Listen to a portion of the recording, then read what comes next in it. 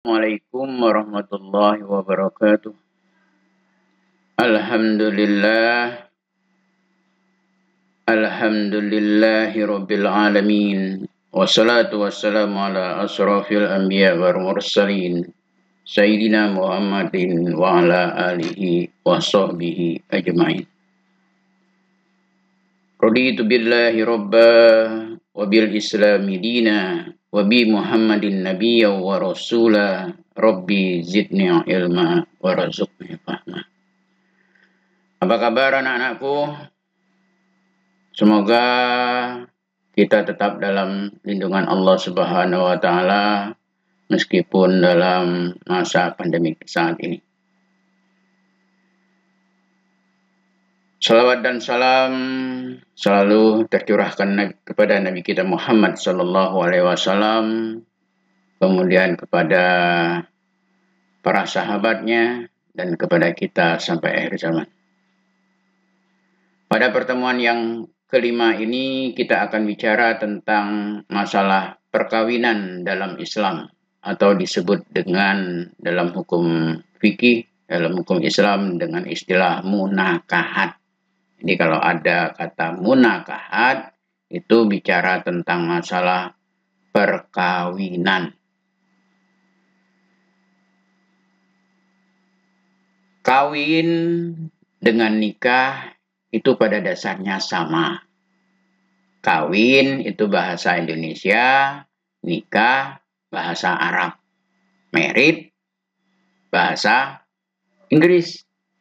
Jadi kalau ada yang mengatakan, Pak jadilah kawin tapi belum nikah, maksud nikah apa? Ya kan? Nah, mari sebelum lebih jauh kita bicara masalah perkawinan ini, kita buka terlebih dahulu dengan berdoa.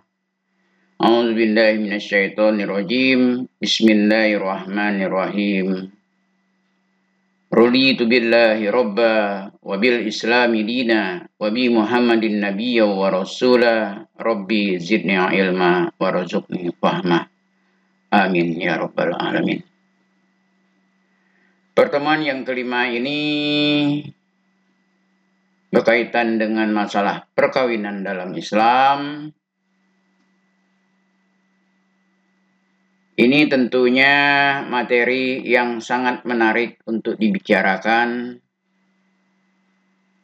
Tentu kepada anak-anakku yang sudah punya yang namanya rasa cinta, rasa kasih dengan sayang kepada lain jenis, berbahagialah.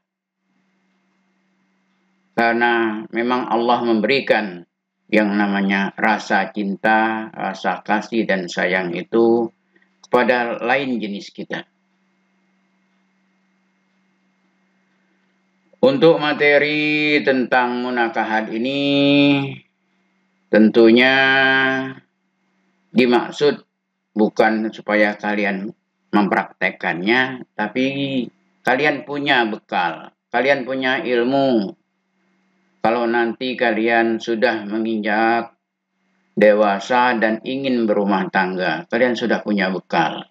Bagaimana yang namanya perkawinan itu? Maka di sini ada standar kompetensinya nanti. Apa jadi standar kompetensi, kemudian kompetensi dasar, indikator, peta konsep, bahan ajar, dan evaluasi. Standar kompetensi dari munakahat tentunya supaya anak-anakku paham bagaimana hukum Islam menerangkan tentang hukum berkeluarga, hukum berumah tangga tersebut.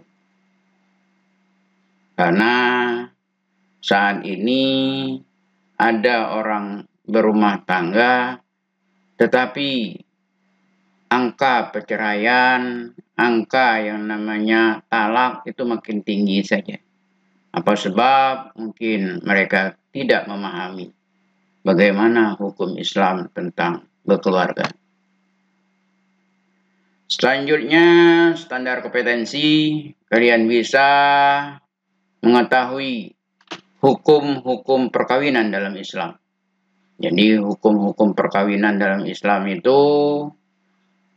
ada yang namanya sunnah, ada yang namanya wajib, ada yang namanya makruh, dan ada yang namanya haram.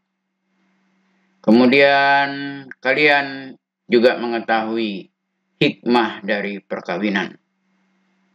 Kemudian yang terakhir yaitu kalian mengetahui bagaimana ketentuan perkawinan menurut perundangan yang ada di Indonesia.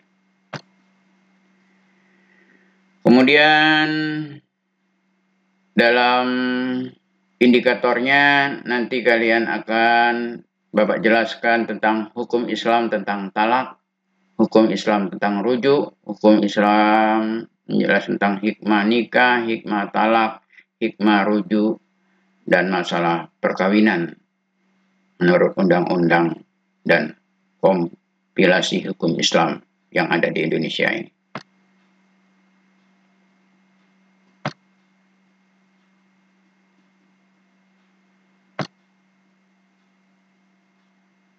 Ya, ini peta konsep berkaitan dengan perkawinan. Jadi di kita ada Undang-Undang Nomor 1 Tahun 74.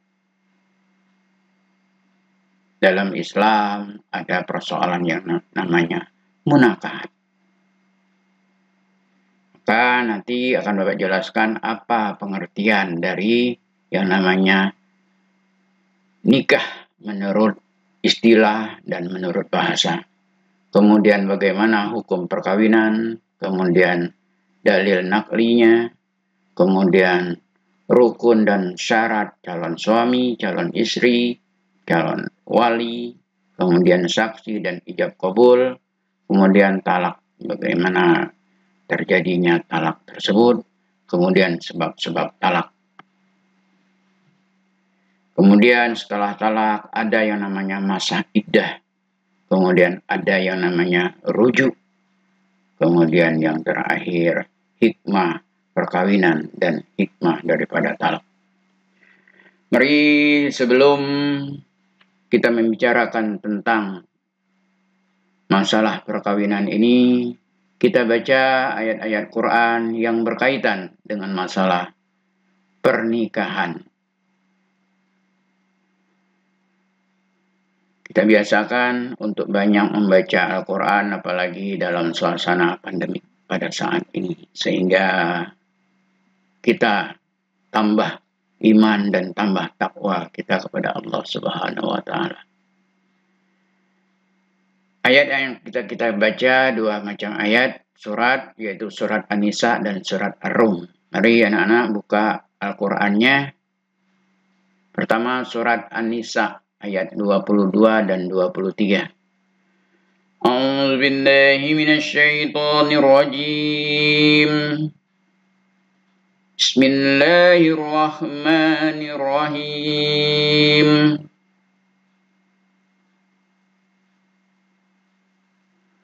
ولا تنكحوا ما نكح آباؤكم من النساء إلا ما قد سلف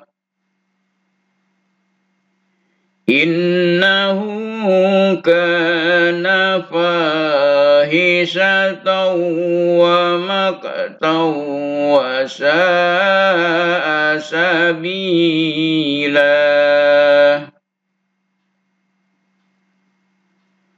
حرمت عليكم أمهاتكم وبناتكم وأخواتكم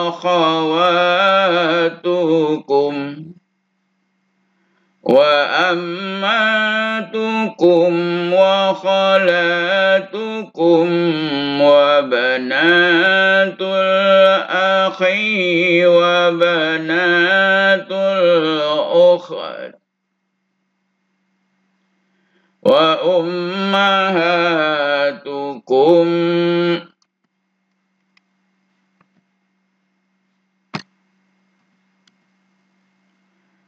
وأمهاتكم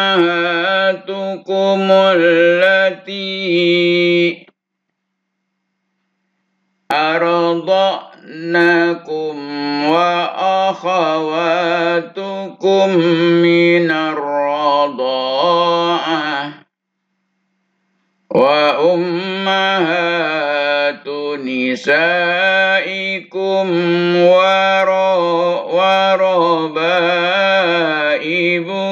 allati fi khujurikum minan nisaikum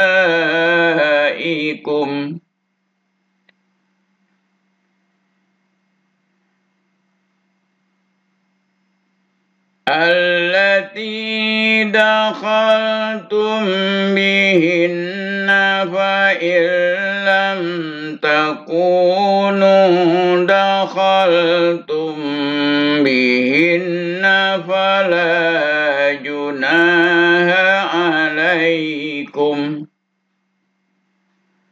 wa halailu abnaikum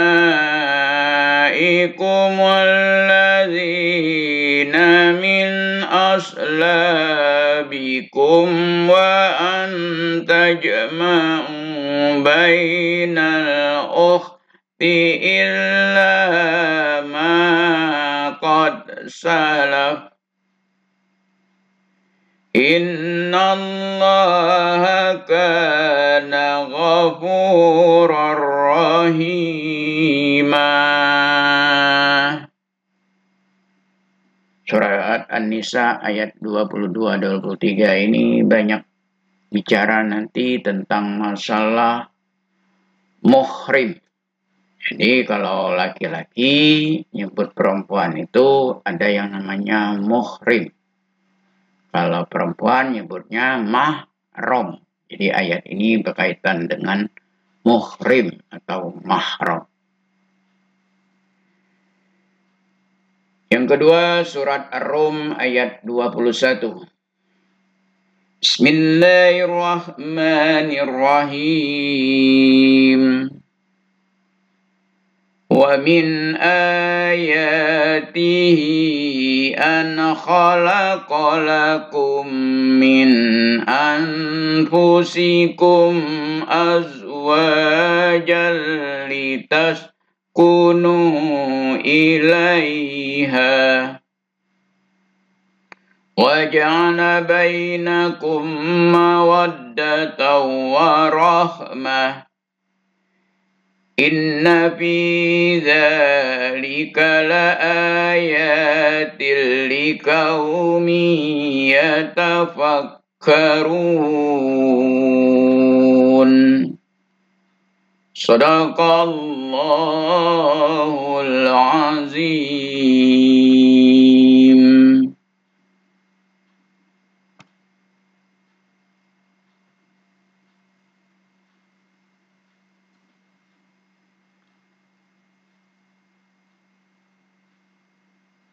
Ketentuan hukum Islam tentang pernikahan, kita akan bicara berkaitan dengan pengertian yang namanya nikah atau perkawinan itu sendiri. Nikah, Bapak katakan tadi, dia adalah bahasa Arab. Kalau kawin, bahasa Indonesia. Jadi pada dasarnya pengertiannya istilah itu sama, yaitu berarti melakukan suatu akad atau perjanjian untuk mengikat diri antara seorang laki-laki dan seorang perempuan. Jadi yang dikatakan nikah itu, kalau secara bahasa, nikah itu adalah menyatukan, mengumpulkan. Tapi secara syariat, secara istilah, nikah tersebut adalah suatu akad, suatu perjanjian untuk mengikat, untuk menyatukan seorang laki-laki dan seorang perempuan yang bukan muhrim, serta menghalalkan hubungan kelamin antara keduanya dengan dasar sukarela dan persetujuan bersama demi terwujudnya keluarga yang bahagia yang diridhoi oleh Allah. Jadi pengertian daripada nikah itu ialah menyatukan, kalau secara bahasa, mengumpulkan. Secara istilah yaitu adanya suatu akad, suatu perjanjian antara seorang laki-laki dan seorang perempuan yang bukan muhrim, serta menghalalkan hubungan kelamin antara keduanya dengan dasar sukarela dan persetujuan bersama demi terwujudnya keluarga yang bahagia yang diridhoi oleh Allah Subhanahu wa taala. Maka dalam hadis Nabi kita Muhammad sallallahu alaihi wasallam yang diriwayatkan oleh Bukhari dan Muslim dari Anas bin Malik, bahwa Nabi kita Muhammad sallallahu alaihi wasallam itu sholat, tidur, berpuasa, makan, dan menikahi wanita. Barang siapa yang tidak suka dengan perbuatan sunnahku, maka dia bukan dari golonganku. Jadi, yang namanya nikah itu melaksanakan sunnahnya Rasulullah. Bahwa Nabi kita Muhammad Sallallahu Alaihi Wasallam itu menikah, tidak membujang. Maka dalam Islam tidak dibolehkan, diharamkan kalau kita menjadi yang namanya biarawati, menjadi yang namanya pendeta, menjadi yang namanya biksu. Pas sebab pendeta, biksu, biarawati itu tidak mau menikah. Padahal kita sebagai manusia punya naluri, punya yang namanya nafsu. Nah, nafsu terhadap yang namanya lain jenis itu hanya dihalalkan, diperkenankan, dibolehkan apabila kita melangsungkan yang namanya lewat pernikahan, lewat perkawinan. Selain cara-cara tersebut tidak dibolehkan. Selanjutnya kita akan bicara tentang hukum nikah. Hukum nikah itu ada 4. Ada sunnah, ada wajib, ada makruh, dan ada haram. Mengapa bisa demikian? Bisa sunnah, bisa wajib, bisa makruh, dan bisa haram. Hukum nikah ini itu berkenaan dengan kondisi orang yang akan menikah. Bagaimana keadaan orang yang akan menikah? Nah, makanya dalam Islam itu hukum nikah itu adalah sunnah. Tapi bisa menjadi wajib, bisa menjadi makruh, dan bisa menjadi haram. Melihat kondisinya, melihat keadaannya.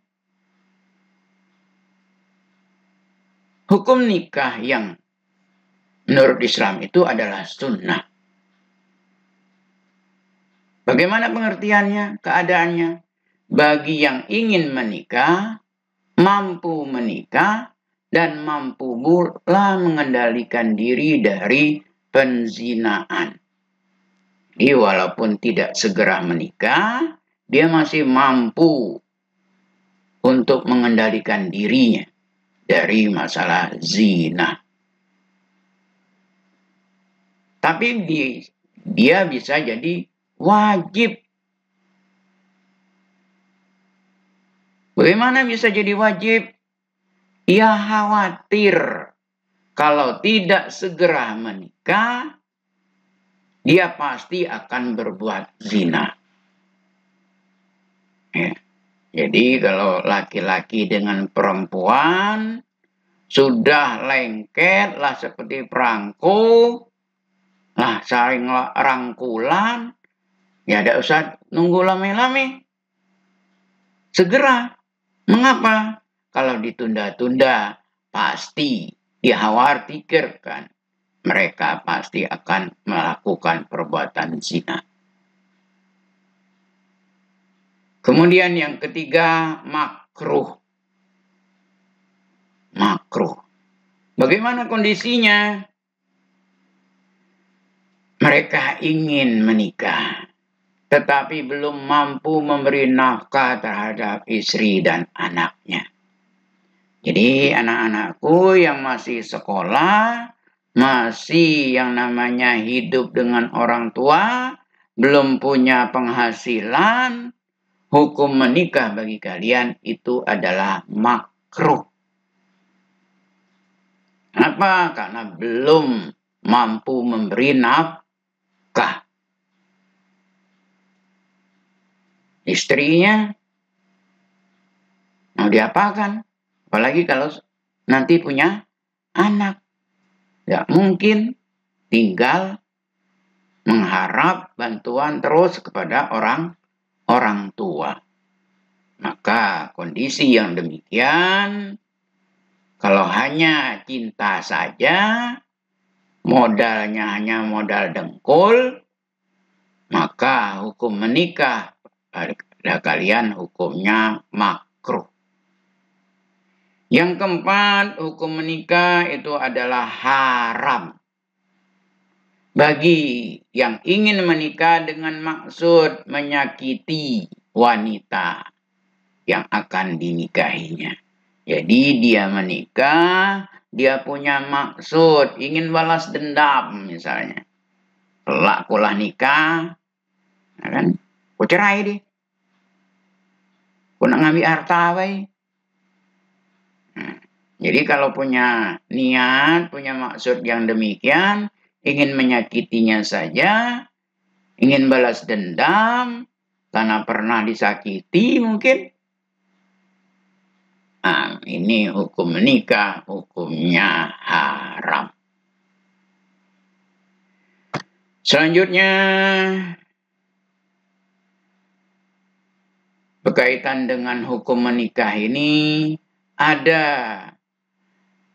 hadis Nabi kita Muhammad SAW yang diriwayatkan oleh Bukhari dan Muslim, dikatakan di situ yang artinya, wahai para pemuda, jika di antara kamu sudah memiliki kemampuan untuk menikah, hendaklah ia menikah.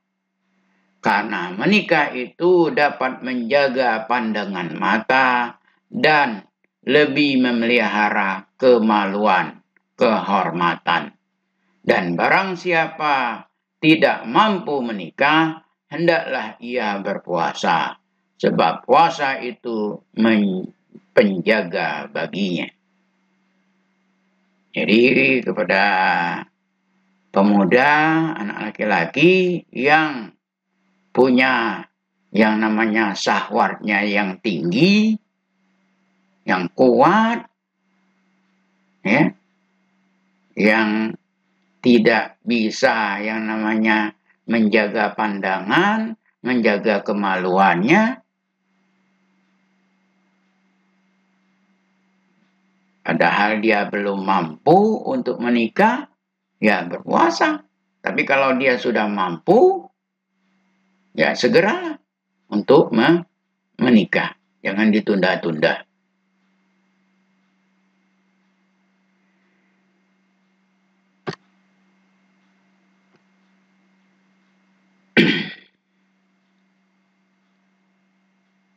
Tujuan menikah. Tujuan menikah itu ada 5.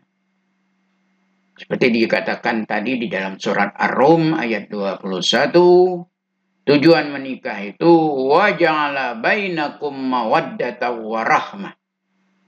Untuk memperoleh rasa cinta dan sayang.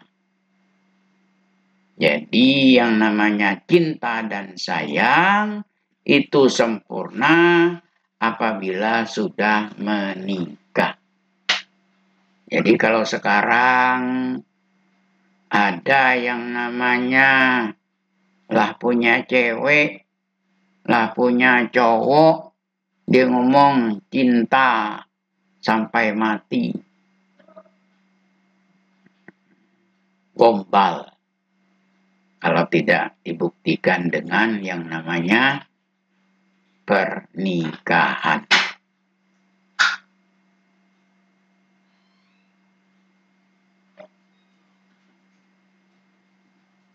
Kedua,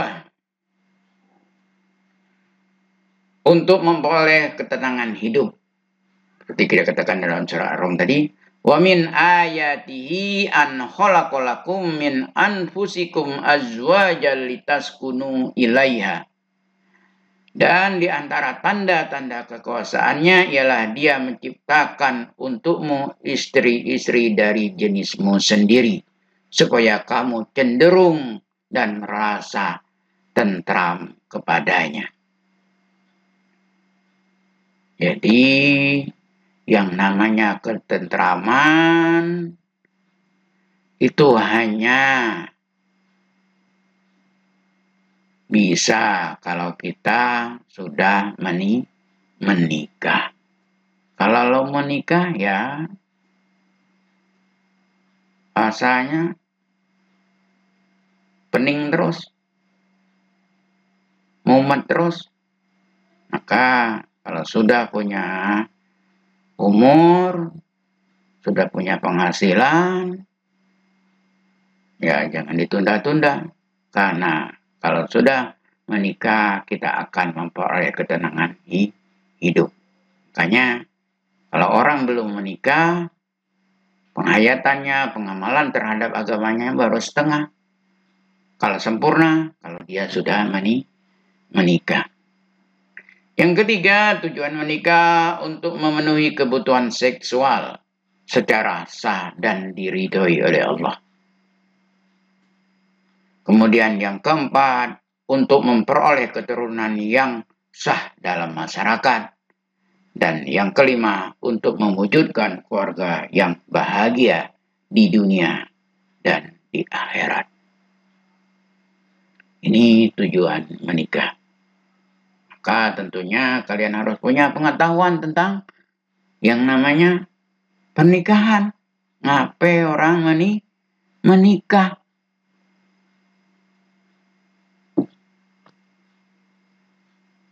Rukun nikah. Apa rukun nikah?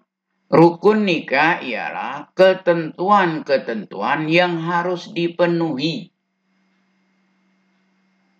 dalam pernikahan. Jadi ketentuan-ketentuan yang harus dipenuhi dalam pernikahan sehingga nikah bisa dianggap sah. Kalau tidak memenuhi ketentuan-ketentuan tersebut, maka nikahnya batal, nikahnya tidak sah. Apa saja rukun nikah? Yang pertama, calon suami. Calon suami syaratnya seorang laki-laki dewasa. Jadi kalau masih anak-anak, ya belum. Makanya di Indonesia ada undang-undang. Kalau sebelumnya 16 tahun, boleh. Sekarang nggak boleh lagi. Laki-laki itu dengan perempuan sama, yaitu 19 tahun. Jadi kalau laki-laki baru usia 16 tahun, yang baru-baru ini viral, ada anak SMK melangsungkan pernikahan, nikahnya 2 pula istrinya. Gimana? Nah, jadi kalian jangan main-main, jangan dengan masalah pernikahan. Kemudian yang kedua, beragama Islam. Kemudian yang ketiga, tidak dipaksa atau terpaksa. Kemudian yang keempat, tidak sedang ihram haji atau umroh. Yang kelima, bukan muhrim calon istrinya. Ini kita harus tahu. Jangan sampai nikah dengan muhrim kita. Jadi bukan muhrim calon istri itu. Kemudian calon istri, syaratnya seorang wanita yang cukup umur. Ya. Jadi carilah wanita yang sudah cukup umur, yang sudah dewasa. Makanya sekarang 19 tahun itu minimal. Kemudian bukan perempuan musyrik. Jadi maksudnya kalau nikah jangan beda agama, satu agama. Kemudian yang ketiga, tidak dalam ikatan perkawinan dengan laki-laki lain. Jadi kalau sudah dinikahkan orang lain, ya kita tidak berhak sebelum wanita itu dicerai. Jadi kalau dia masih dalam ikatan laki-laki lain, maka haram hukumnya. Kata istilah, kalau belum janur kuning, belum diikat, belum terjadi pernikahan, ya boleh-boleh saja yang namanya melamarnya. Kemudian yang keempat, bukan mahram calon suaminya. Yang terakhir, tidak dalam keadaan ihram haji dan umroh. Ini calon suami dan calon istri. Yang ketiga, adanya wali nikah. Wali yang menikahkan mempelai laki-laki dengan mempelai wanita atau mengizinkan pernikahannya. Jadi yang punya wali itu adalah perempuan. Laki-laki tidak punya wali. Kenapa laki-laki tidak punya wali? Karena waktu ngapel juga tidak pernah ngajak emak. Tidak pernah ngajak pak, pasti sendiri. Jadi kalau ada laki-laki ngapel, ngajak emak, ngajak orang lain, tidak gentleman, tidak berani. Jadi laki-laki itu memang ar-rijalu qawwamuna 'alan nisa. Jadi pemimpin. Maka yang jadi wali nikah memang laki-laki. Tapi yang ada wali adalah perempuan. Wali, pembagian wali. Wali tersebut punya dua macam. Ada wali nasab, ada wali hakim. Ada wali nasab dan ada wali hakim. Apa itu wali nasab? Wali nasab ialah wali yang mempunyai pertalian darah dengan mempelai wanita yang akan dinikahi. Yang akan dinikahkan. Jadi yang ada pertalian darah. Wali kelas baca tak? Jadi wali nikah tak baca. Bapak tiri baca tak jadi wali? Tak baca. Jadi yang bisa jadi wali yang ada pertalian darah. Nah, siapa saja nanti yang namanya wali nasab, kita akan jelaskan. Kemudian yang kedua ada wali hakim.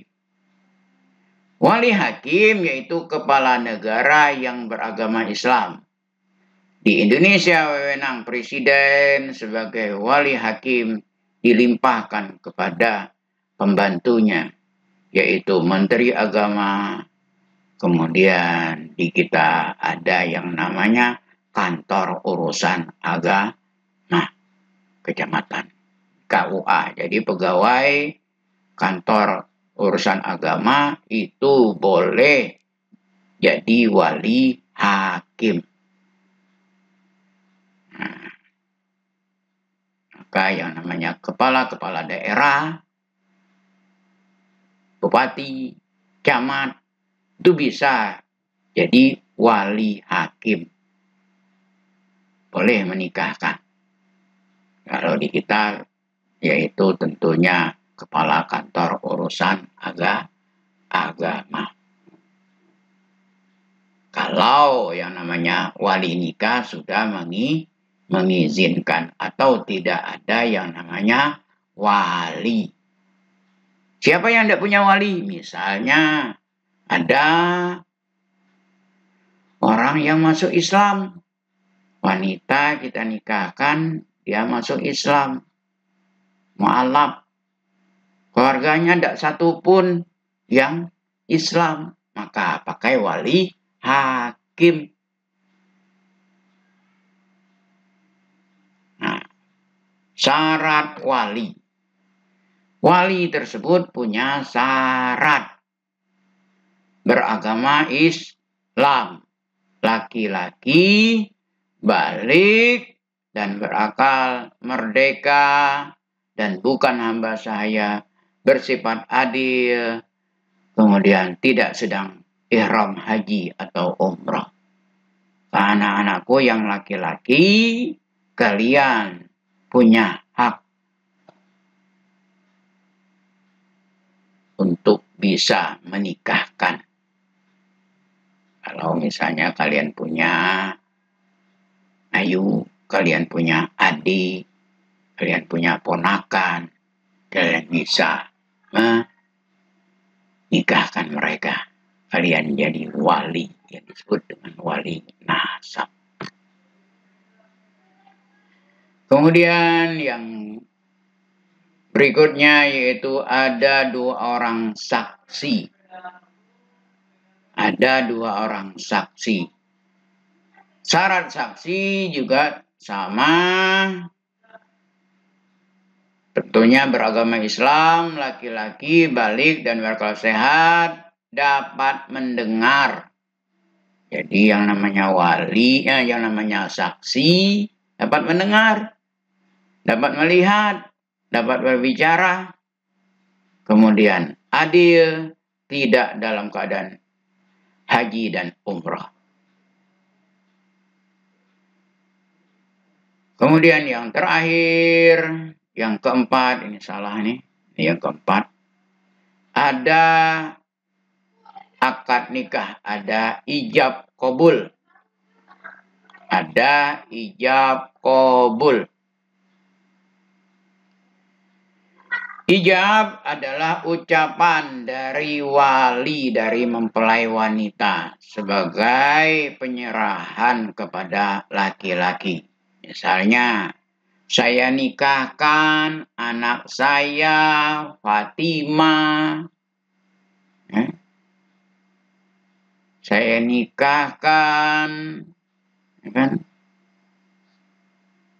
anak saya, atau saya nikahkan adik saya. Nah, ucapan itu yang disebut dengan ijab. Qabul adalah ucapan mempelai laki-laki sebagai tanda penerima. Saya terima nikahnya. Siapa? Sebut misalnya. Saya terima nikahnya. Nah, jadi dalam akad nikah ada yang disebut ijab qabul. Nah, makanya nanti dalam praktek Bapak minta kalian membuat video tentang upacara akad nikah sewaktu terjadi ijab dan qabul ini.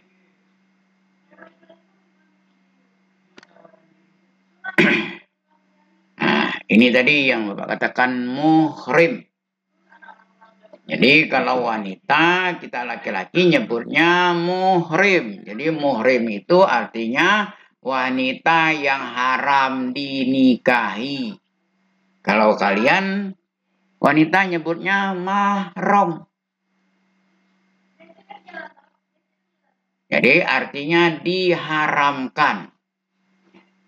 Yaitu muhrim bermakna wanita yang haram dinikahi.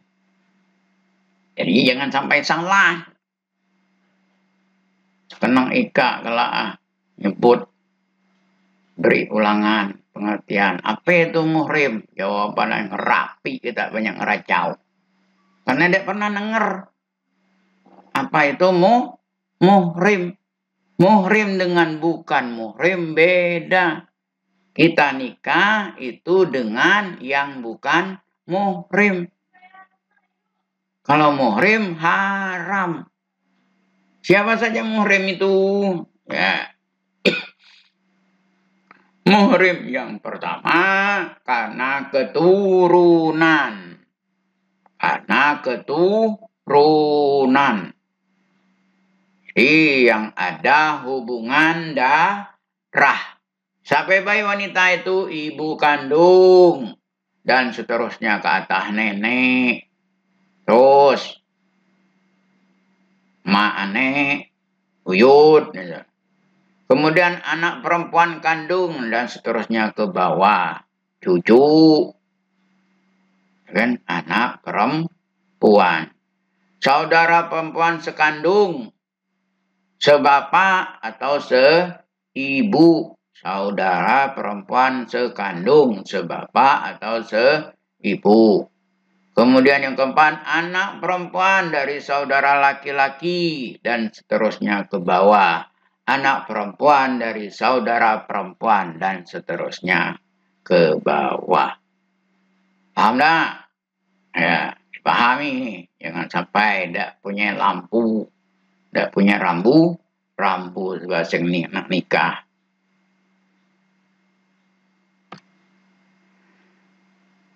Kemudian yang kedua, karena ada pertalian muhrim dengan istri. Karena ada pertalian muhrim dengan istri. Nah, saudaranya istri. Nah, ipar. Itu muhrim.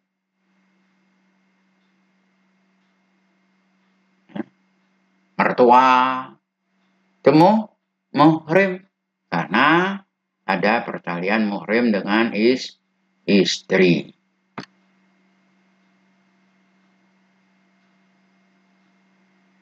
Kemudian yang ketiga karena sebab persusuan ibu yang menyusui atau saudara perempuan sesusuan.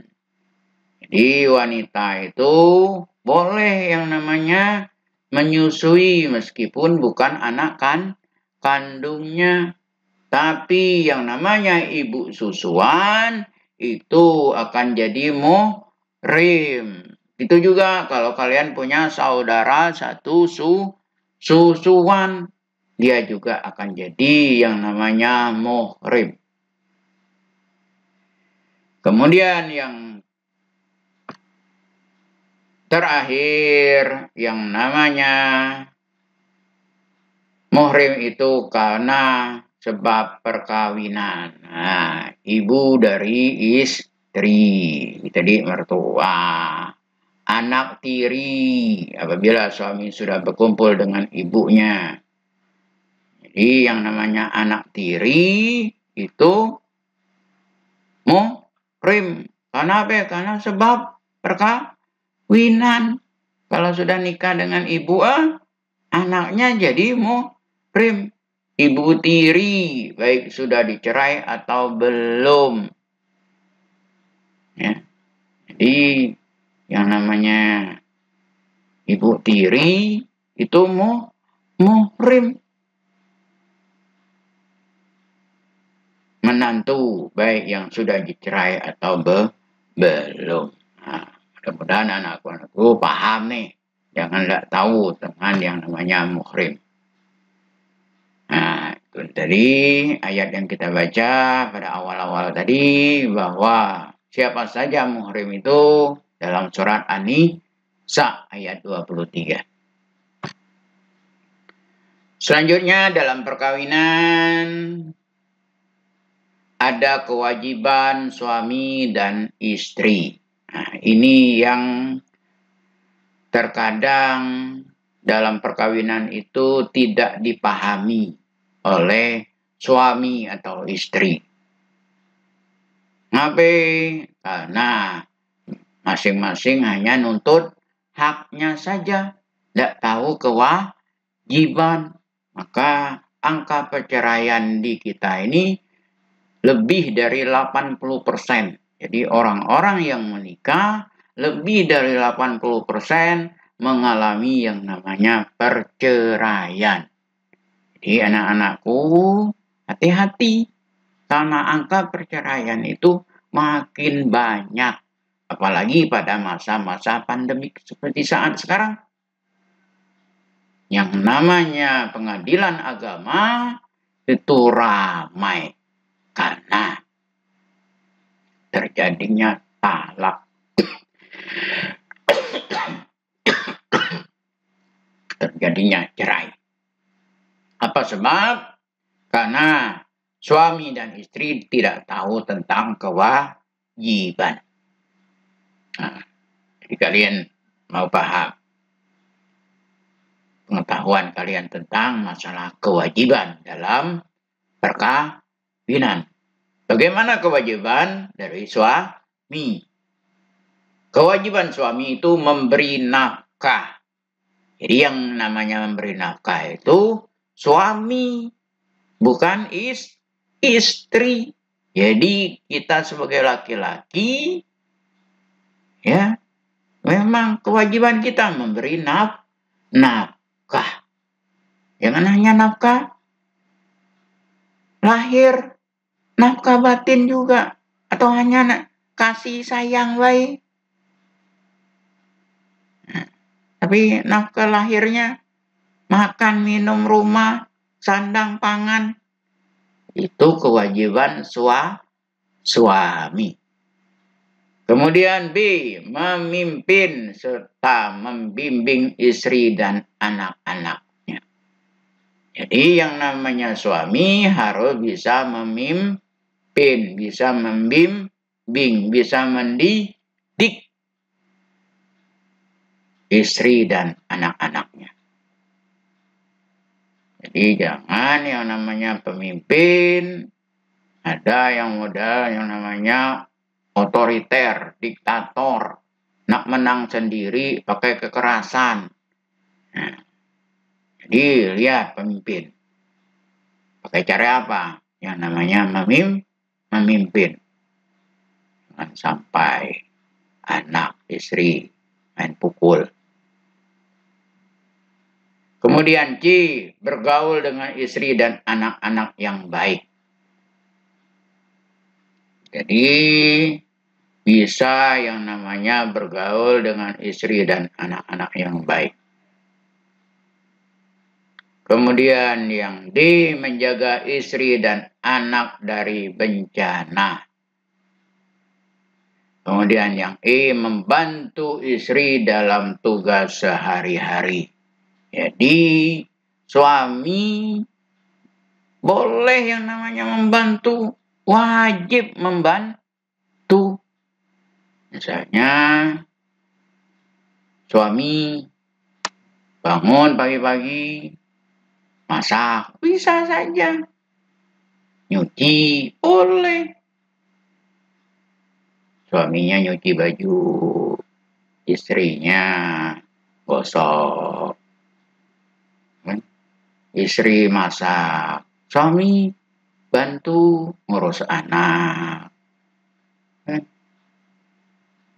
Jangan semuanya ditugaskan kepada istri. Ya, bantu di rumah tersebut. Tidak salahnya suami itu ngepel, nyapu rumah, beres-beres. Kemudian istri.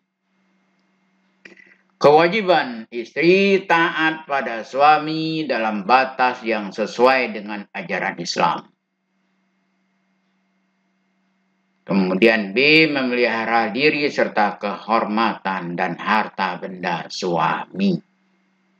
Jadi wajib yang namanya istri itu taat.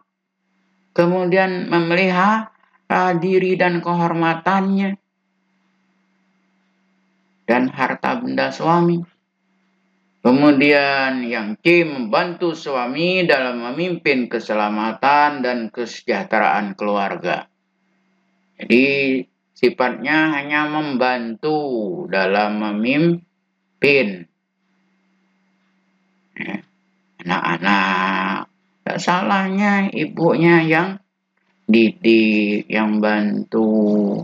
Tak salah. Nama juga membantu suami. Oh, penghasilan kurang, istrinya bantu, tidak masalah. Namanya bantu kesejahteraan keluarga. Kemudian yang keempat, menerima dan menghormati pemberian suami. Jadi wajib bagi seorang istri menerima dan menghormati pemberian suami. Jangan suami gaji kecil, dia istrinya gajinya besar. Nah, angka perceraian salah satu penyebabnya ini. Istri tidak menghormati pemberian suami. Gaji istrinya lebih besar dari suami. Kalau suami merasa terhina, tidak dihormati, ya tersinggung suami. Kemudian yang kelima, hormat dan sopan pada suami dan keluarganya. Ya.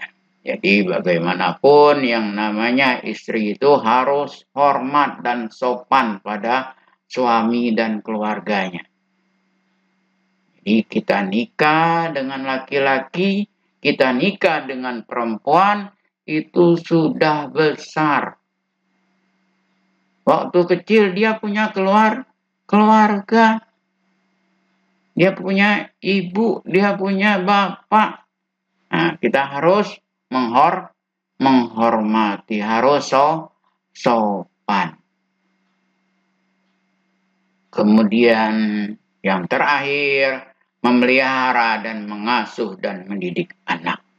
Ini kewajiban istri, memelihara rumah, ya, mengasuh, mendidik anak, itu adalah kewajiban istri.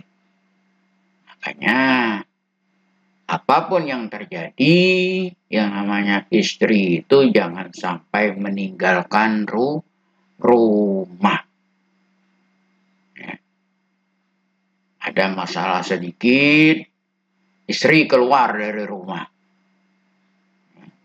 Jadi apapun yang terjadi, istri itu tetap berada di rumah. Makanya kalau ada laki-laki yang menceraikan istrinya, jangan sampai istri keluar dari rumah, suami yang keluar dari rumah. Istri tetap berada di rumah itu. Anak-anaknya tetap berada di rumah itu. Jadi kalau yang namanya mau pisah ranjang, ya cari ranjang yang lain. Cari rumah yang lain.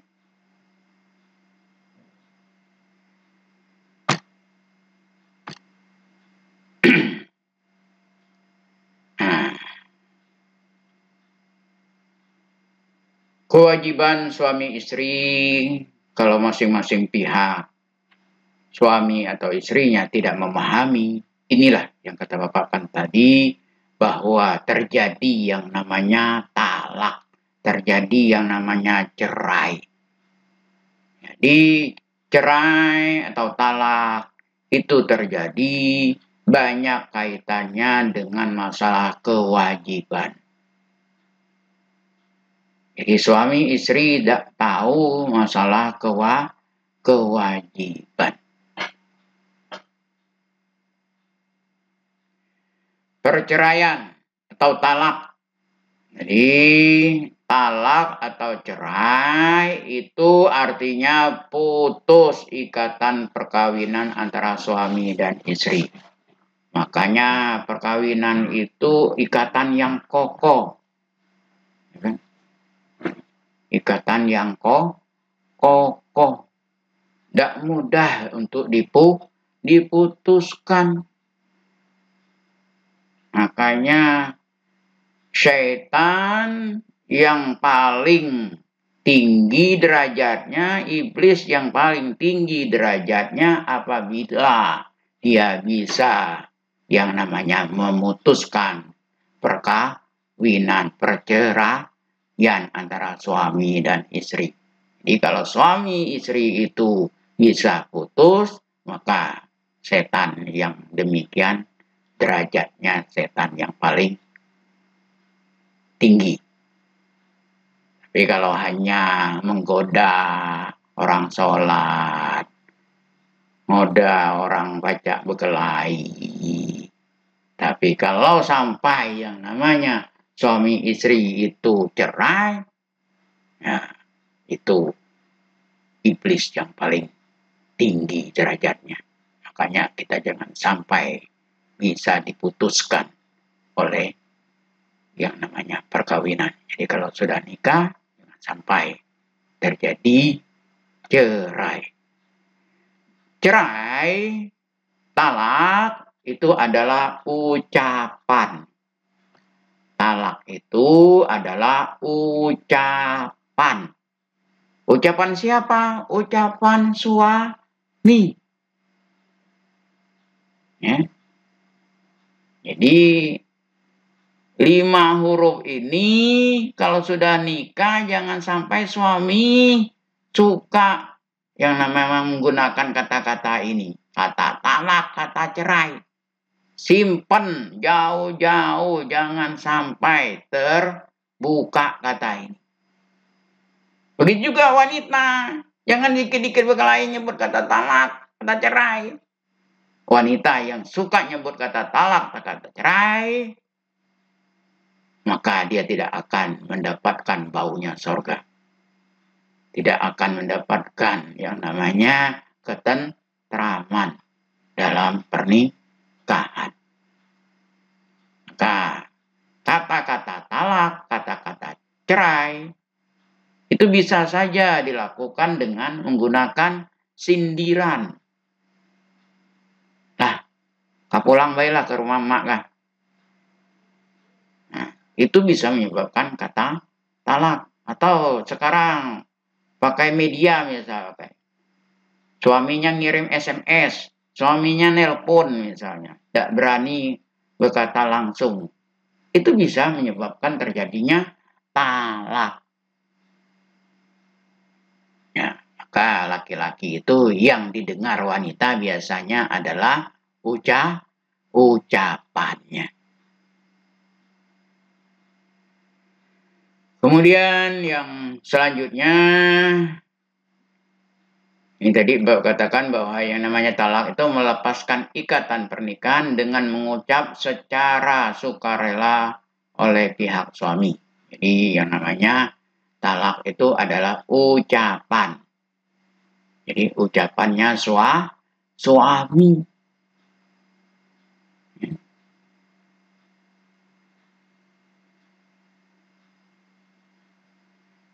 Kemudian selanjutnya hal-hal yang bisa menyebabkan terjadinya talak ada yang disebut dengan fasah. Fasah. Apa itu fasah? Fasah artinya rusak, batal. Batalnya pernikahan antara suami dan istri karena sebab-sebab tertentu. Jadi batal, rusak. Apa yang bisa menyebabkan terjadinya batal atau rusaknya? Atau yang disebut dalam pernikahan.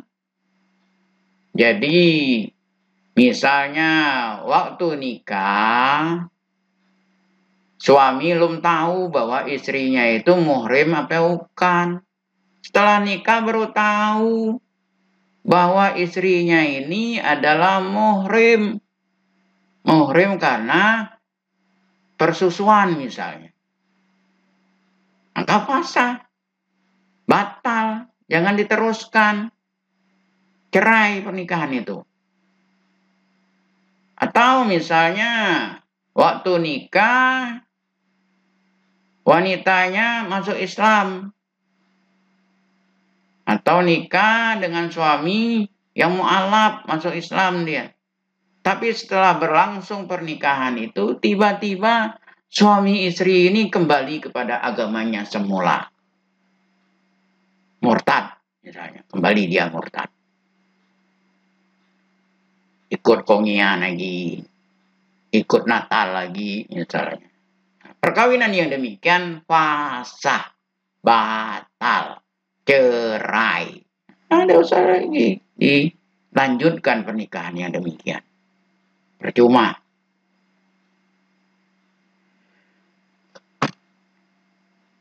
Kemudian yang ketiga, hal lain yang bisa menyebabkan terjadinya talak disebut dengan li'an.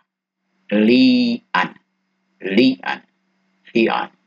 Apa itu li'an? Li'an ialah sumpah suami yang menuduh istrinya berzina tanpa adanya saksi. Jadi suami tidak bisa mendatangkan saksi. Dia hanya nuduh. Dia hanya menuduh saja istrinya berzina. Dia tidak bisa mendatangkan 4 orang saksi. Misalnya suami masuk rumah, di rumah dia ngelihat ada bekas rokok misalnya, bekas yang namanya gelas kopi misalnya. Dia langsung nuduh tanpa bisa mendatangkan saksi. Apalagi dilihatnya di kamar misalnya. Tempat tidurnya acak-acakan misalnya. Atau zaman sekarang ini misalnya suami melihat yang namanya WA-nya, HP-nya istrinya misalnya. Langsung nuduh misalnya.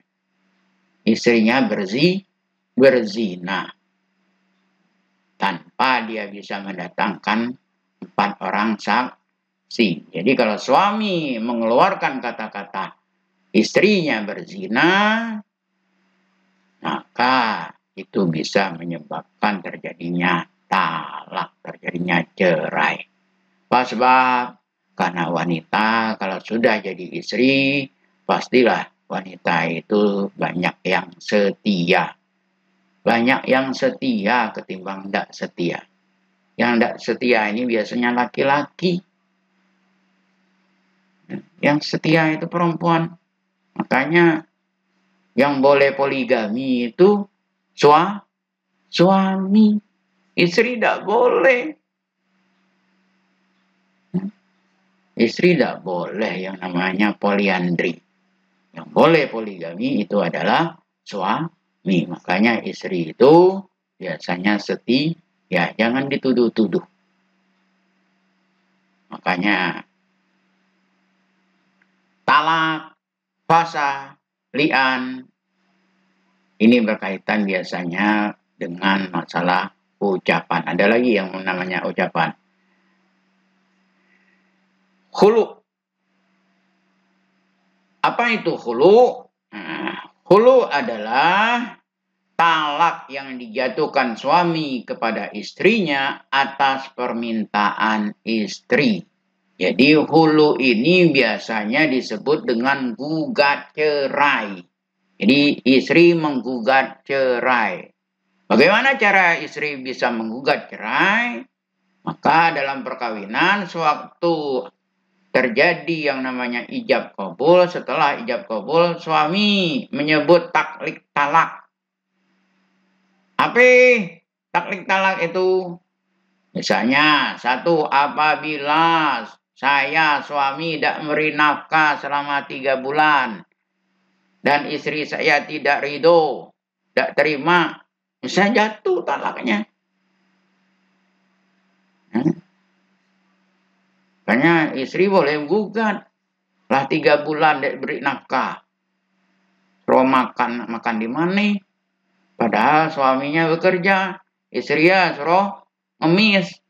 Suruh minta dengan orang tuanya.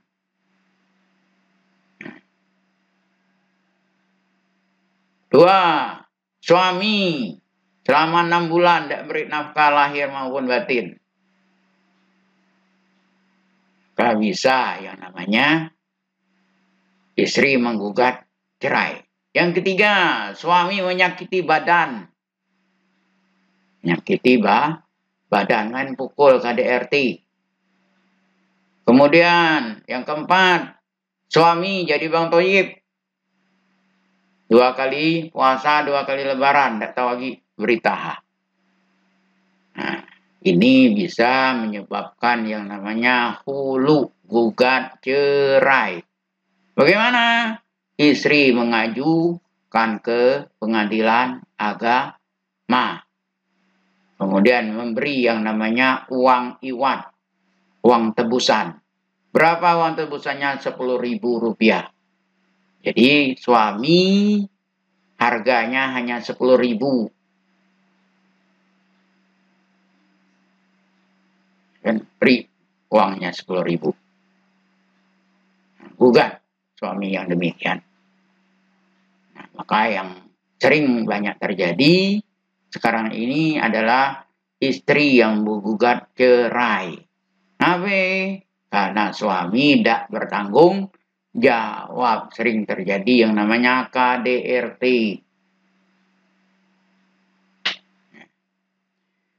Kemudian yang kelima, ila. Ila ialah sumpah suami yang mengatakan bahwa ia tidak akan meniduri istrinya selama 4 bulan atau lebih. Suami mengucap kata-kata itu, dilihat badan istri ya makin hari makin bulat kayak drum. Ada tertarik lagi dengan istrinya. Udah nak lagi tidur kayak kah? Mulai malam nih. Nah, ucapan itu rupanya dibuktikan memanglah 4 bulan suami tidak tidur lagi bersama dengan istrinya. Makanya seorang suami biasanya tidak akan tahan tidak tidur dengan istrinya lebih dari 4 bulan. Kalau sudah demikian, maka bisa terjadi yang namanya ila. Anak-anakku, kalau kalian punya orang tua yang namanya pisah atau orang tuanya kerja 4 bulan tidak pulang-pulang, makanya kalau yang namanya TNI itu kalau dia tugas tidak akan lebih dari ini. Dia akan diizinkan untuk kembali untuk pulang.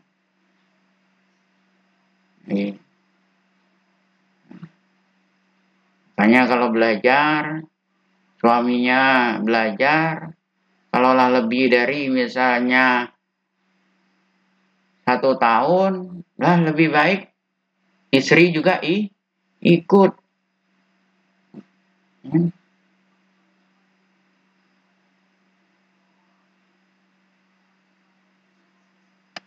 Kemudian yang terakhir, hal yang bisa menyebabkan terjadinya talak ada yang disebut dengan zihar. Apa itu zihar? Zihar sekali lagi adalah ucapan suami yang menyerupakan istri dengan ibunya. Jadi suami mengucap satu ucapan misalnya pada istrinya, "Dik, Bu, kane badana muke kane macam kayak emak kalau sami kayak emakku, badan lah sami kayak emakku, kan mulut lah sami kayak emakku lah." Nah,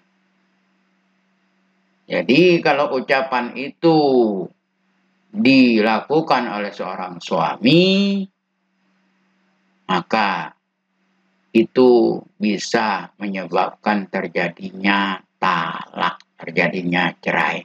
Makanya sekali lagi suami kalau yang namanya sudah nikah jangan mengucap kata-kata yang terkadang bisa menyakiti hati sang istri. Ada yang menyakiti hati, ada yang menyakiti badan. Nah, ini hal-hal yang bisa menyebabkan terjadinya talak. Setelah talak, ada yang namanya iddah. Iddah. Apa itu iddah? Iddah yaitu masa menunggu bagi istri yang ditinggal mati atau bercerai dari suaminya untuk bisa menikah kembali. Jadi yang punya masa iddah itu adalah istri wanita yang sudah menikah. Kalau dia ditinggal mati atau dicerai hidup, wanita tersebut ada masa iddah, masa menunggu. Kalau laki-laki tidak ada masa iddah. Yang ada masa iddah itu adalah perempuan. Masa iddah itu ada 5 macam. Dari 5 macam itu terbagi menjadi 2. Pertama, karena suaminya wafat. Kalau suaminya meninggal dunia, maka istri masa iddahnya 4 bulan 10 hari. Ini kalau dia tidak hamil 4 bulan 10 hari. Baik sudah bercampur atau belum. Jadi kalau suaminya meninggal dunia, maka masa menunggunya 4 bulan 10 hari. Kalau dia hamil, ya tunggu sampai melahirkan. Jadi kalau dia hamil, suaminya meninggal dunia, ya tunggu sampai yang namanya lahir anaknya. Tapi kalau dia tidak hamil, 4 bulan 10 hari. Jadi jangan sampai orang suaminya barulah meninggal, lumadi sampai 4 bulan 10 hari, istri ya lah nikah lagi, tidak boleh. Makanya wanita harus tahu ini rambu-rambu ini. Kan? Kalau suaminya meninggal 4 bulan 10 hari. Kemudian yang kedua karena talak, karena fasah, dan karena khulu. Jadi ini talak yaitu talak hidup, ya. Baik yang namanya talak raj'iyah maupun talak bain nanti. Talak. Nah, untuk yang namanya talak, fasa, dan khulu, maka masa iddah pertama 3 kali suci. 3 kali suci. bagi yang masih menstruasi, bagi yang masih produktif, 3 kali suci, 3 kali datangnya haid. Kemudian yang kedua, 3 bulan. Ini bagi yang sudah menopause, janganlah berhenti. Jadi wanita yang sudah berumur di atas 50, yang sudah menopause, berhenti haidnya, maka dia hanya 3 bulan. Nah, kemudian kalau dia hamil, ya sampai melahirkan. Tapi ada yang tidak ada masa iddah. Siapa istri yang bagaimana yang tidak ada masa iddah? Yaitu istri yang belum bercampur. Jadi kalau dia ditalak tapi belum ada hubungan suami istri. Nah, maka dia ada masa iddah atau terjadi yang namanya fasakh. Apa tadi fasakh?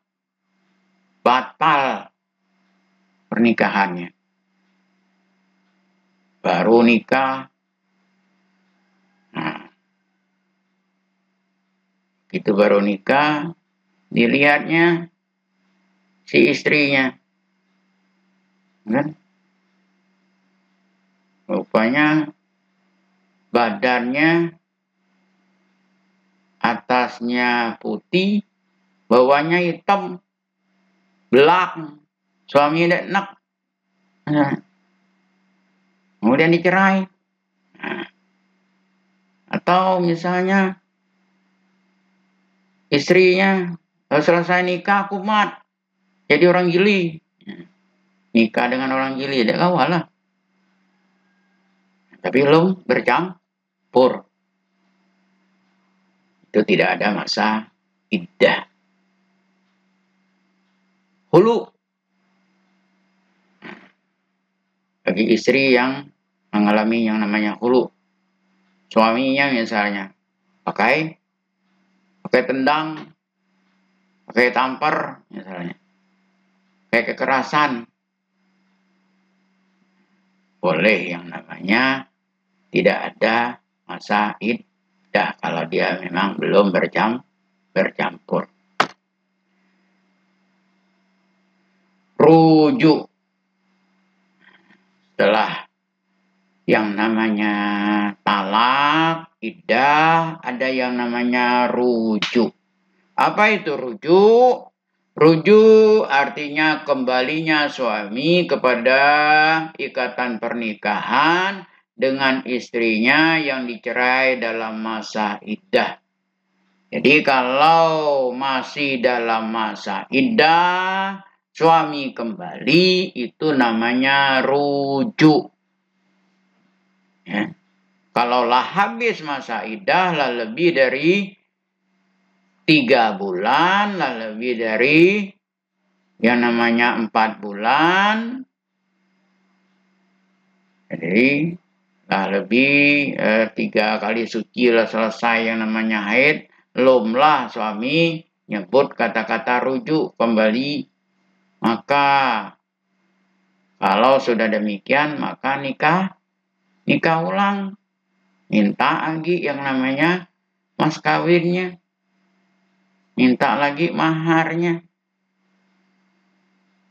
Nah, tapi kalau yang namanya suaminya kembali dan istrinya menerima, kan?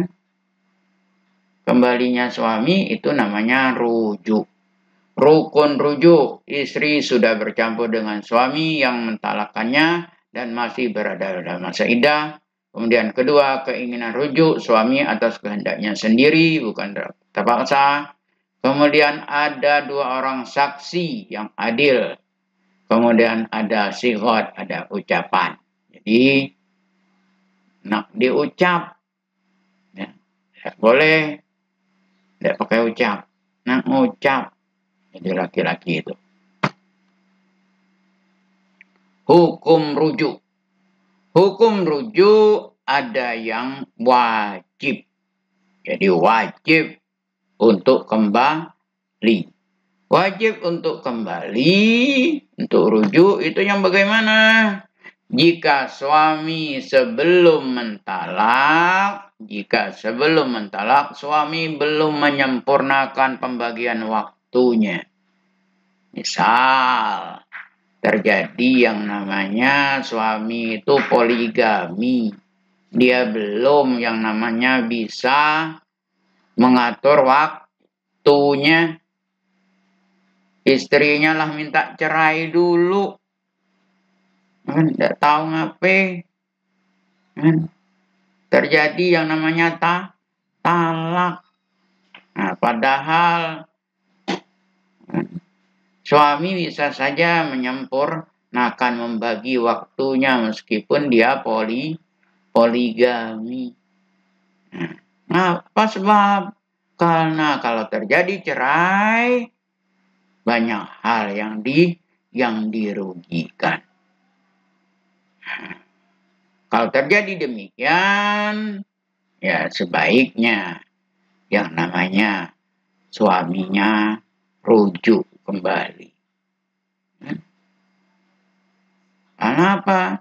Yang namanya poligami itu tidak semua orang bisa melakukannya. Orang-orang tertentu saja.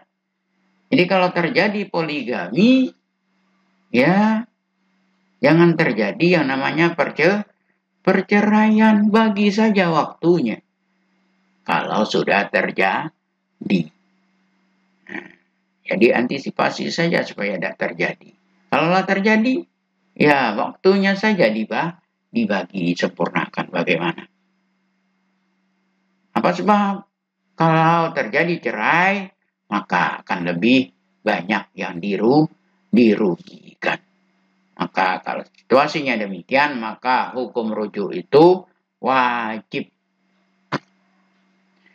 Kedua, hukum rujuk haram. Ya, kembali kepada pernikahan, suami kembali kepada pernikahan, itu hukumnya haram. Yang bagaimana? Rujuknya suami untuk menyakiti istri atau mendurhakai Allah. Jadilah tahu yang namanya suaminya masih belum bisa yang namanya meninggalkan hal-hal yang buruk. Misalnya berjudi, suaminya masih mabuk, suaminya masih yang namanya kembali Natal, kembali yang namanya kongian. Nah, itu hukumnya haram. Jangan diteruskan menikahnya. Ya sudah. Mendingan yang namanya tidak usah rujuk. Karena memang rujuk yang demikian akan menyebabkan murkanya Allah. Tahu suaminya itu suka main pukul, main tendang. Tidak bisa membuang kebiasaan-kebiasaan buruk yang demikian. Maka rujuk yang demikian hukumnya haram. Selanjutnya, makruh. Tidak jauh beda ya. Tentang makruh. Bagaimana jika perceraian lebih maslahat? Jadi cerai lebih baik daripada yang namanya rujuk. Jadi suaminya tadi masih meninggalkan sholat, masih berjudi, masih mabuk, masih main tangan. Jadi mendingan tidak usah rujuk. Karena rujuk yang demikian hukumnya makruh. Yang terakhir yaitu hukum rujuk adalah sunnah. Yang bagaimana jika rujuknya suami dengan niat karena Allah. Ya. Jadi dia kembali kepada yang namanya perkawinan itu memang karena Allah ingin menyempurnakan yang namanya kewajibannya sebagai suami. Ya,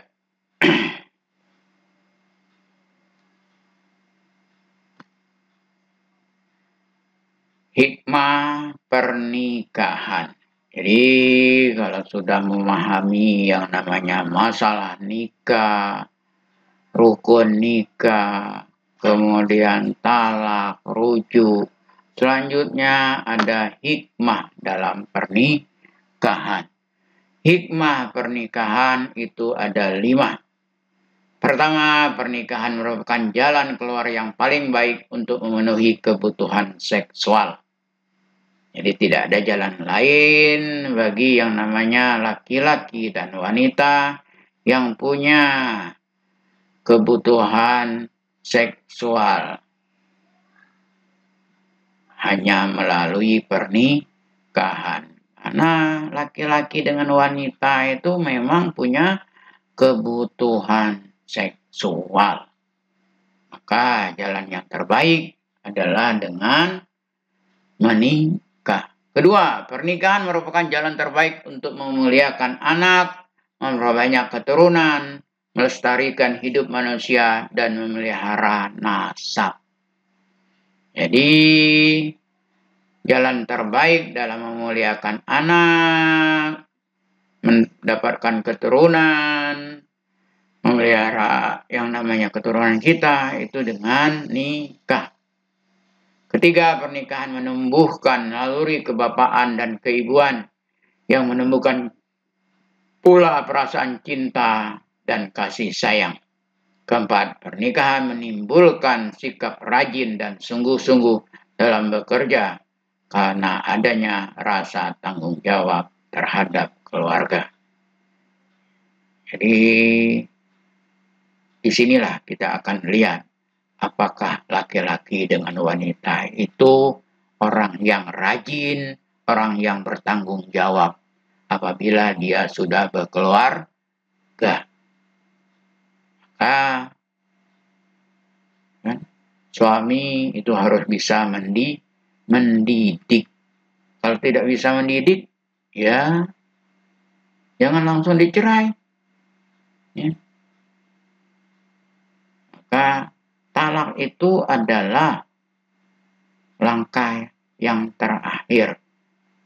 Langkah yang pertama tentunya nasihat.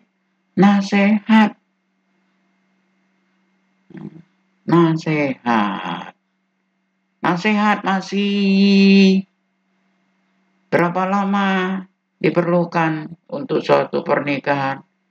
Ya, kalau tidak 1, 2, 3, 4, 5 tahun, itu masih ada kewajiban suami memberi yang namanya nasihat. Begitu juga istrinya, nasihat istrinya, suaminya. Kalaulah 5 tahun masih juga belum bisa yang namanya diberi nasihat. Masih bandel. Kedua, yaitu pisah ranjang. Bisa tempat tidur. Nah, bisa tempat tidur tidak akan lama-lama, 4 bulan. Nah, baru yang ketiga, yaitu tindakan yang namanya memukul. Dalam Islam boleh mukul, tapi tentunya mukulnya dalam rangka pendidikan. Mendidik, jangan mukul langsung yang namanya KO. Masuk rumah sakit. Tapi mukulnya mukul dalam rangka mendidik. Barulah yang keempat, yaitu yang namanya menceraikannya. Makanya kita akan tahu laki-laki itu bertanggung jawab apakah tidak. Itu dalam pernikahan. Itu juga wanita, kita tahu apa dia rajin. Kita lihat kalau dia sudah menikah. akhir pernikahan akan mempererat tali kekeluargaan yang dilandasi rasa saling menyayangi sebagai modal kehidupan masyarakat yang aman dan sejahtera. Jadi, yang namanya masyarakat yang aman dan sejahtera itu dimulai dari keluarga. Kalau keluarga itu aman, sejahtera, insya Allah masyarakatnya juga akan aman dan sejahtera.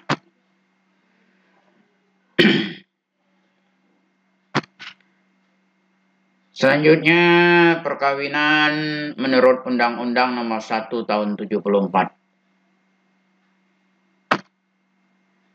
Menurut Undang-Undang Nomor 1 Tahun 74, ini perkawinan yang ada di Indonesia. Di negara lain tidak ada undang-undang ini. Ya. Undang-undang ini yang hanya ada di Indonesia. Undang-undang itu memuat 14 bab dan 67 pasal. Apa saja dari 16 bab, 67 pasal itu yang terpenting, yang pertama berkaitan dengan pencatatan perkawinan. Jadi yang namanya nikah itu harus tercatat. Jangan sampai ada nikah yang disebut nikah siri. Nikah siri itu nikah yang tidak tercatat. Jadi nikah harus tercatat. Jadi kalau di Islam, ya di KUA nikahnya. Kalau agama lain, ada di catatan sipil catatan tersebut. Jadi di gereja, di wihara, itu tercatat. Kemudian yang B, sahnya perkawinan. Perkawinan sah di Indonesia itu apabila dilakukan menurut hukum masing-masing agama dan kepercayaan itu. Makanya dalam Islam di Indonesia menurut Undang-Undang Nomor 1 Tahun 74 tidak boleh nikah beda agama. Dinikah harus dalam agama. Kemudian C, tujuan pernikahan. Nah, tujuan pernikahan adalah untuk membentuk keluarga, rumah tangga yang bahagia dan kekal berdasarkan ketuhanan yang Maha Esa. Jadi, maka di Indonesia tidak ada yang namanya diharamkan nikah mut'ah, nikah kontrak. Ya. Untuk apa nikah? Nikah untuk membentuk keluarga. Ada keluarga, rumah tangga. Rumah tangga itu ada hak dan kewajiban antara suami dan istri. Tentu ada anak, ada keluarganya nanti. Kemudian yang ditalak. Pada bab 8 pasal 29 ayat 1 jelaskan perceraian hanya dapat dilakukan di depan sidang pengadilan. Jadi kalau di kita ada pengadilan agama. Kalau agama yang lain ada di pengadilan negeri. Diajukan ya, di pengadilan. Jadi tapi secara hukum Islam, kalau laki-laki sudah menyebut kata talak, itu sudah sah. Nah, dilanjutkan tentunya dengan adanya pengadilan. Jadi datang ke pengadilan, mengajukan yang namanya perceraian. Selanjutnya, batas usia minimal. Batas usia minimal yaitu 19 tahun. Kemudian yang F, batasan dalam poligami. Dalam pasal 3 ayat 1 dijelaskan pada dasarnya dalam suatu perkawinan seorang pria hanya boleh mempunyai seorang istri. Seorang wanita hanya boleh mempunyai seorang suami. Tapi ada pasal 4 dan 5 ditegaskan bahwa dalam hal seorang suami akan beristri lebih dari seorang, ia wajib mengajukan permohonan kepada pengadilan. Jadi kalau ingin poligami, ngajukan. Tidak perlu diam, ngajukan saja. Kemudian pengadilan hanya memberi izin berpoligami apabila istri tidak dapat menjalankan kewajiban sebagai istri. Istri mendapat cacat badan atau penyakit yang tidak bisa disembuhkan.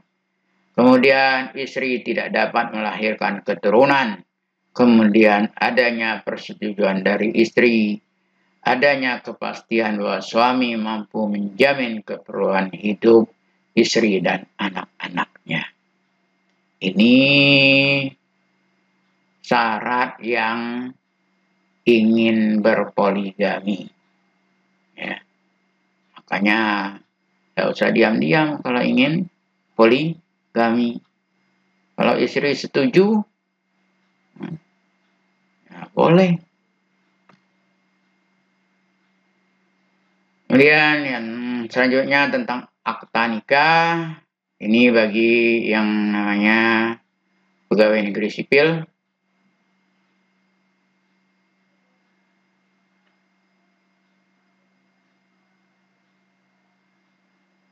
Bagaimana berkaitan dengan hukum Islam, kompilasi tentang masalah.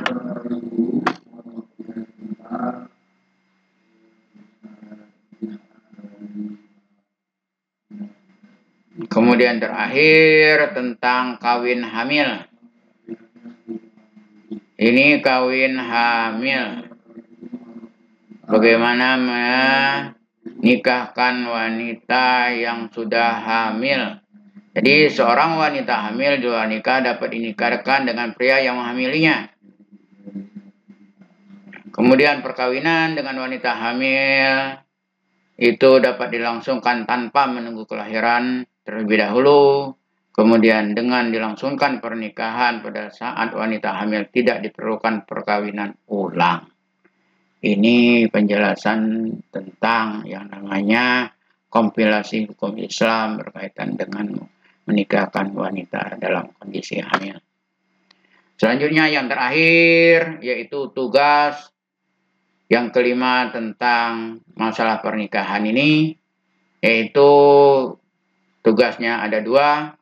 Pertama yaitu tugas berkaitan dengan praktek, di mana tugas ini bersifat kelompok.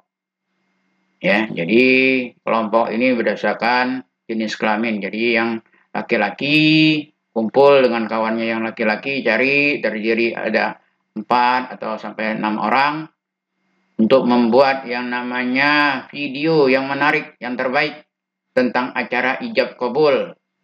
Jadi acara ijab kabul dalam pernikahan. Kalian bisa datang ke kantor urusan agama. Jadi di KUA itu biasanya tiap hari itu ada orang yang melangsungkan pernikahan. Ya. Begitu juga kalau ada di wilayah tempat tinggal kamu, kalian bisa membuat videonya. Maka Bapak tunggu ini video. Nah, kemudian video itu yang terakhir berisi gambar kelompok di pelaminan. Jadi kalau tidak bisa dengan mempelainya, kalian cari pelaminannya. Kalau ada dengan mempelainya. Kemudian penilaian tentang pengetahuan, jawab soal esai bagian 3. Soal nomor 2, 4, 5, 6, 7, dan 10 dari buku yang telah dibagikan di perpustakaan, yaitu halaman 45 dan 46. Ya, kemudian tugas 1 dan 2 ini boleh kalian kirim lewat WA atau kalian kumpulkan di musola yang ada di sekolah. Itu saja materi kita yang kelima tentang pernikahan ini. Mari sebelum mengakhiri, Kita tutup pertemuan ini dengan berdoa. Bismillahirrahmanirrahim. Allahumma arinal haqqa haqqa warzuqna ittiba'ah wa arinal batila batila warzuqna ijtinabah. Assalamualaikum warahmatullahi wabarakatuh.